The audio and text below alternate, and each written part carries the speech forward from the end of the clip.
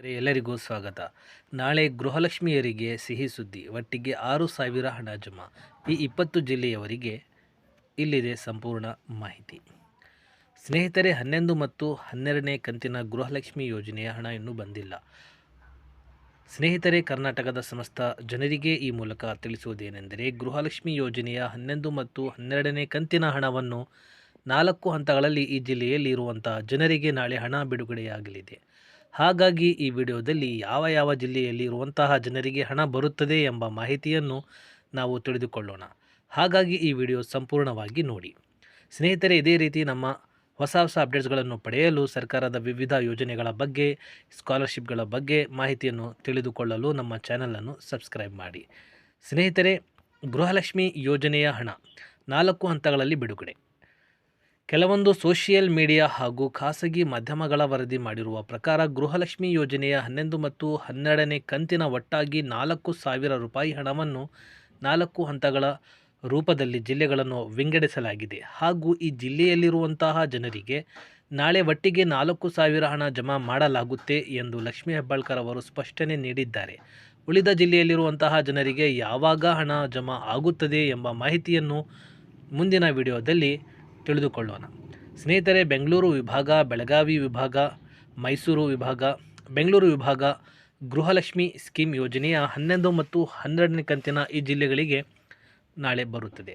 ಸ್ನೇಹಿತರೆ, ಮೊದಲನೇ ಹಂತದಲ್ಲಿ ಬೆಂಗಳೂರು ವಿಭಾಗದಲ್ಲಿರುವಂತಹ ಬೆಂಗಳೂರು ಗ್ರಾಮಾಂತರ, ಬೆಂಗಳೂರು ಕೇಂದ್ರ, ಬೆಂಗಳೂರು ಉತ್ತರ, ಬೆಂಗಳೂರು ದಕ್ಷಿಣ, ರಾಮನಗರ, ಚಿಕ್ಕಬಳ್ಳಾಪುರ, ಚಿತ್ರದುರ್ಗ, ದಾವಣಗೆರೆ, ಕೋಲಾರ, ಶಿವಮೊಗ್ಗ ಹಾಗೂ ತುಮಕೂರು ಈ ಜಿಲ್ಲೆಯಲ್ಲಿರುವಂತಹ ಜನರಿಗೆ ನಾಳೆ ಗೃಹಲಕ್ಷ್ಮಿ ಯೋಜನೆಯ 11 ಮತ್ತು 12ನೇ ಕಂತಿನ ಹಣ ಒಟ್ಟಾಗಿ 4,000 ಜಮಾ ಆಗಲಿದೆ. ಹಾಗೂ ಪೆಂಡಿಂಗ್ ಅಮೌಂಟ್ 4 ಕಂತಿನ ಹಣ ಬಾಕಿ ಇದ್ದರೆ ಅಂಥವರಿಗೆ ಸ್ನೇಹಿತರೆ 8,000 ಮತ್ತು 3 ಕಂತಿನ ಹಣ ಬಾಕಿ ಇದ್ದರೆ, ಪೆಂಡಿಂಗ್ ಅಮೌಂಟ್ ಇದ್ದರೆ 6,000 ಒಟ್ಟಿಗೆ ಜಮಾ ಆಗುತ್ತದೆ.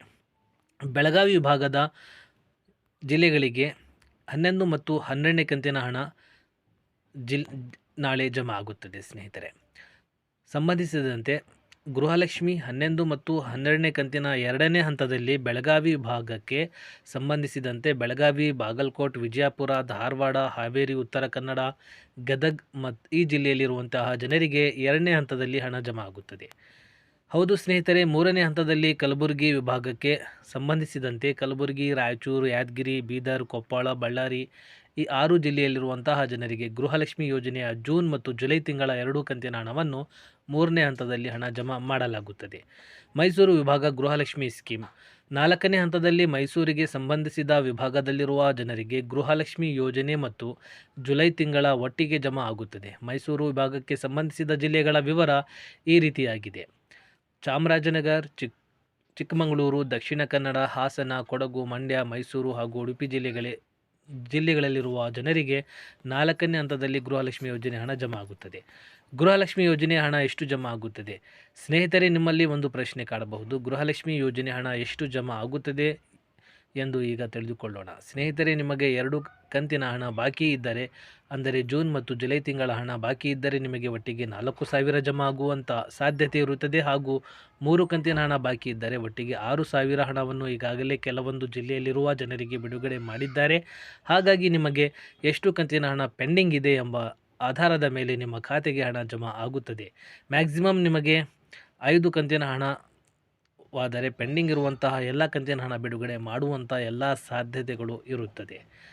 ಹೌದು ಸ್ನೇಹಿತರೆ, ಗೃಹಲಕ್ಷ್ಮಿ ಯೋಜನೆಯ ಜೂನ್ ಮತ್ತು ಜುಲೈ ತಿಂಗಳ ಹಣವನ್ನು ಒಟ್ಟಿಗೆ ರು 4,000 ನಿಮ್ಮ ಖಾತೆಗೆ ಜಮಾ ಮಾಡಲಾಗುತ್ತದೆ. ಈ ಹಣವನ್ನು ಹಂತ ಹಂತವಾಗಿ ಪ್ರತಿದಿನ ಒಂದಿಷ್ಟು ಮಹಿಳೆಯರಿಗೆ, ಅಂದರೆ 4 ಲಕ್ಷ, 5 ಲಕ್ಷ ಈ ತರಹದ ಪ್ರತಿದಿನ ಒಂದಿಷ್ಟು ಮಹಿಳೆಯರ ಖಾತೆಗೆ ಎಲ್ಲ ಜಿಲ್ಲೆಯಲ್ಲಿರುವಂತಹ ಜನರಿಗೆ ವರ್ಗಾವಣೆ ಮಾಡಲು ಪ್ರಾರಂಭ ಮಾಡಿದ್ದಾರೆ. ಮತ್ತು ಕೆಲ ಮಹಿಳೆಯರ ಖಾತೆಗೆ ಕೂಡ ಈಗಾಗಲೇ ಹಣ ಜಮಾ ಆಗುತ್ತಿದೆ. ನಿಮ್ಮ ಖಾತೆಗೆ ಹಣ ಜಮಾ ಆಗಲು ಇನ್ನು 8 ರಿಂದ 10 ದಿನಗಳ ಒಳಗಾಗಿ ಪ್ರತಿಯೊಬ್ಬರ ಖಾತೆಗೆ ಹಣ ಜಮಾ ಮಾಡುತ್ತೇವೆ ಎಂದು ಲಕ್ಷ್ಮೀ ಹೆಬ್ಬಾಳ್ಕರ್ ಸ್ಪಷ್ಟನೆ ನೀಡಿದ್ದಾರೆ. ಹಾಗಾಗಿ ಹಣ ಬರುವವರೆಗೂ ನೀವು ಕಾಯಬೇಕಾಗುತ್ತದೆ. ಈ ಮಾಹಿತಿ ನಿಮಗೆ ಇಷ್ಟವಾದರೆ, ಗೃಹಲಕ್ಷ್ಮಿ ಯೋಜನೆ ಹಣ ಬಂದಿಲ್ಲ ಎಂದು ಹೇಳುವಂಥ ಮಹಿಳೆಯರಿಗೆ ಹಾಗೂ ಗೃಹಲಕ್ಷ್ಮಿ ಯೋಜನೆ ಹಣ ಬರುತ್ತದೆ ಇಲ್ಲ ಎಂಬ ಡೌಟ್ ಇರುವಂತಹ ಮಹಿಳೆಯರಿಗೆ ಈ ವಿಡಿಯೋ ಆದಷ್ಟು ಶೇರ್ ಮಾಡಲು ಪ್ರಯತ್ನ ಮಾಡಿ. ಮತ್ತು ಈ ಯೋಜನೆಗೆ ಸಂಬಂಧಿಸಿದಂತೆ ಯಾವುದೇ ಸಂದೇಹ ಅಥವಾ ಮಾಹಿತಿ ಬೇಕಾದರೆ ನಮ್ಮ ಚಾನಲ್ ಕೆಳಗಡೆ ನೀವು ಕಮೆಂಟ್ಸ್ ಮಾಡಬಹುದು ಸ್ನೇಹಿತರೆ.